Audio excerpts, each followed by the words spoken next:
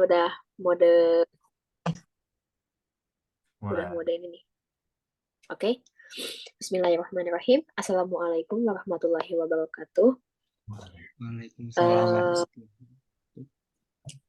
Kami dari kelompok mata kuliah sistem pengambilan keputusan akan menjelaskan tentang influence diagram.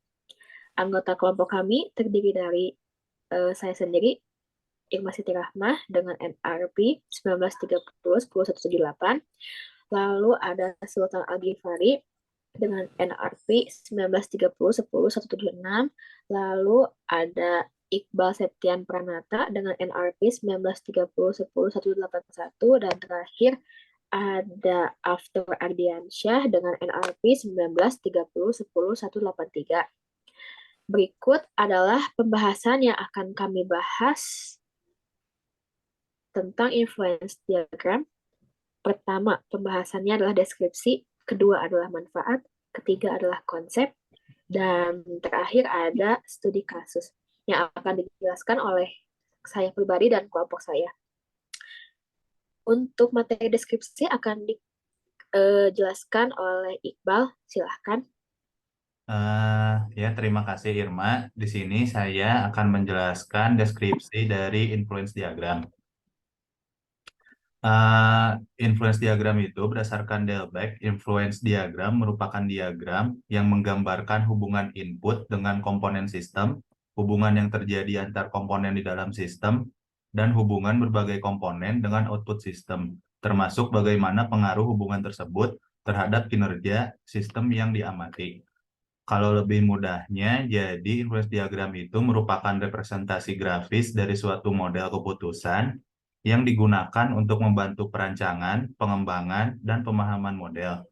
Kalau kata influence-nya itu merujuk pada ketergantungan suatu variabel pada tingkatan tertentu terhadap variabel lainnya.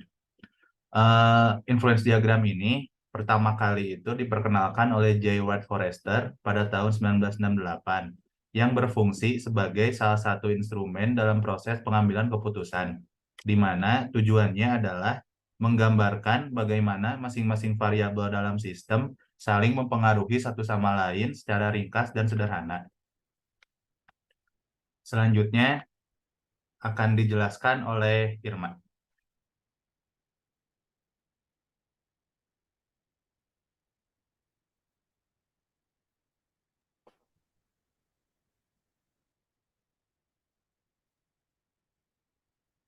Saya punten mic-nya masih di Mic-nya.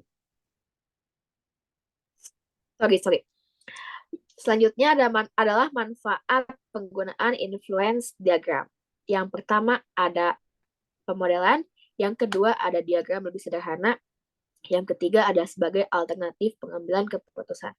Untuk pemodelan, biasanya influence diagram dapat memudahkan kita untuk memodelkan masalah yang ada. Dengan membuat model matematis, masalah yang ada dapat diselesaikan dengan cara kuantitatif sehingga hasilnya lebih akurat dan tepat. Lalu, diagram lebih sederhana. Keunggulan dari influence diagram adalah dapat membedakan antara input yang dapat dikendalikan dan input yang tidak dapat dikendalikan. Hal ini bermanfaat bila pemodel ingin membuat model versi sederhana yang fokus pada subsistem tertentu. Sistem yang lebih luas diperlukan sebagai input yang tidak bisa dikendalikan atau uncontrollable input. Lalu selanjutnya adalah alternatif dalam pengambilan keputusan. Influence diagram ini memiliki tujuan yang sama dengan decision tree, yaitu untuk mencari sebuah keputusan. Dan juga penggunaannya lebih efektif karena bisa lebih fokus pada latar belakang masalah juga faktor-faktor pendukung lainnya untuk mencapai tujuan tertentu. Lalu selanjutnya akan dijelaskan oleh Aftur. Mangga. Terima kasih Irma. Untuk konsep sendiri, influence diagram memiliki dua jenis konsep, yaitu konsep Forrester dan konsep Eden. Kedua konsep ini sama-sama menggambarkan suatu keadaan dengan interkoneksi antara faktor pendorong dan laju proses. Untuk konsep Forrester sendiri memiliki 4 variabel, yaitu segi 4, yang menggambarkan level atau state.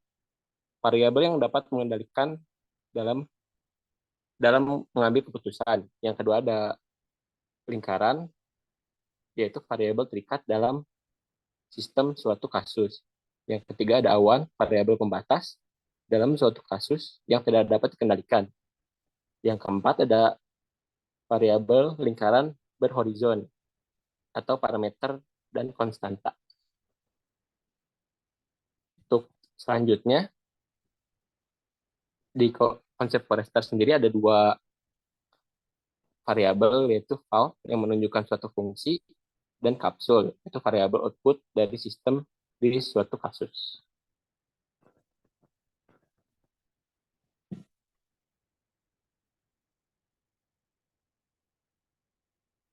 Untuk konsep Eden sendiri sama memiliki 4 variabel, yaitu state yang digambarkan dengan segi 4.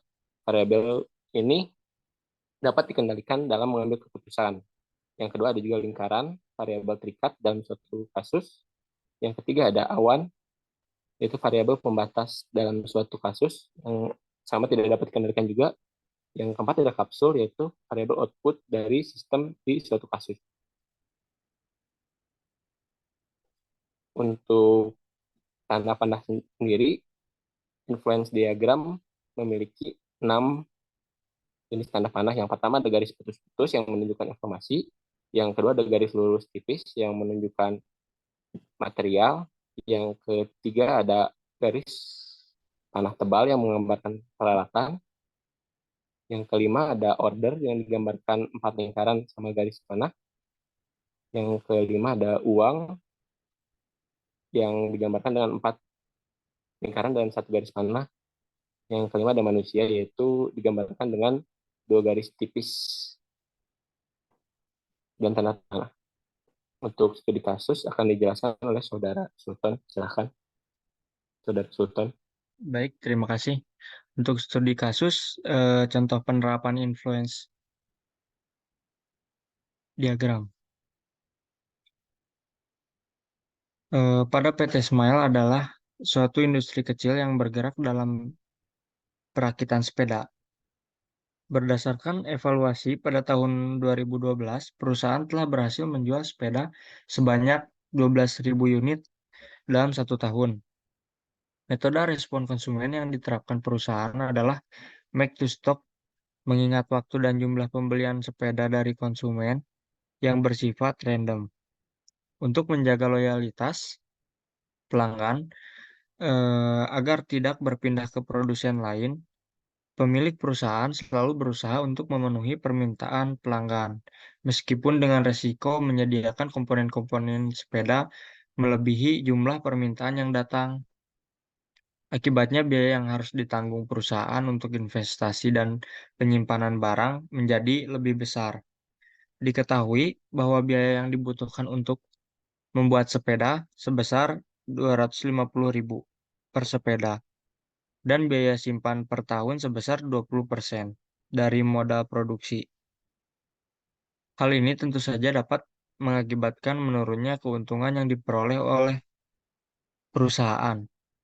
Sebenarnya, seorang mahasiswa TI yang tengah kerja praktik di tempat tersebut pernah menyarankan perusahaan untuk mengurangi jumlah pemesanan komponen sepeda agar jumlah inventory dapat diminimumkan. Namun, menurut pemilik perusahaan, menurunkan jumlah inventory dapat mengakibatkan hilangnya kesempatan menjual dan dapat mengakibatkan naiknya biaya pemesanan komponen. Perusahaan selama ini menanggung biaya pesan sebesar 100 juta rupiah per sekali pesan untuk 2.500 unit produk.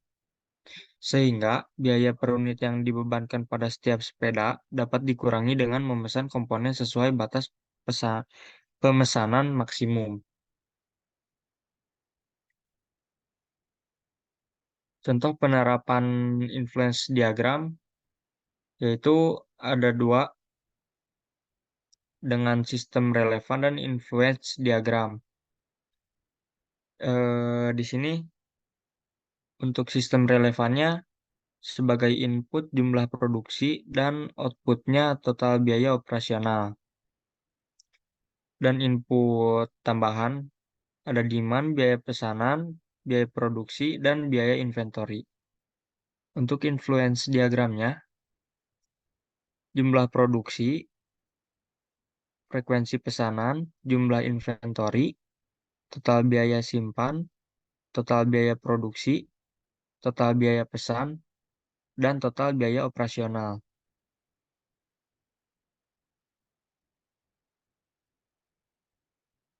Lalu contoh penerapan influence diagramnya sendiri untuk model matematik, total biaya operasional sama dengan total biaya pesan ditambah total biaya produksi ditambah total biaya simpan. Maka total biaya pesan sama dengan jumlah pesan dikali biaya pesan. Lalu untuk frekuensi pesan sama dengan jumlah produksi dibagi kapasitas pesan. Dan total biaya produksi sama dengan jumlah produksi dikali biaya produksi. Lalu untuk total biaya simpan, jumlah inventory dikali biaya simpan. Lalu jumlah inventory sendiri sama dengan jumlah produksi dikurang demand. Dan total biaya simpan yang dihasilkan 50.000 dikali dikurang 600 juta. Lalu untuk TBO-nya sendiri total biaya operasional 300.000 kali dikurang 100 juta.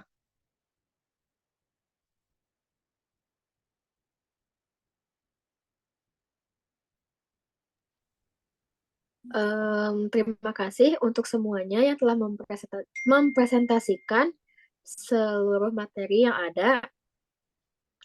Mohon maaf bila ada penyampaian yang salah.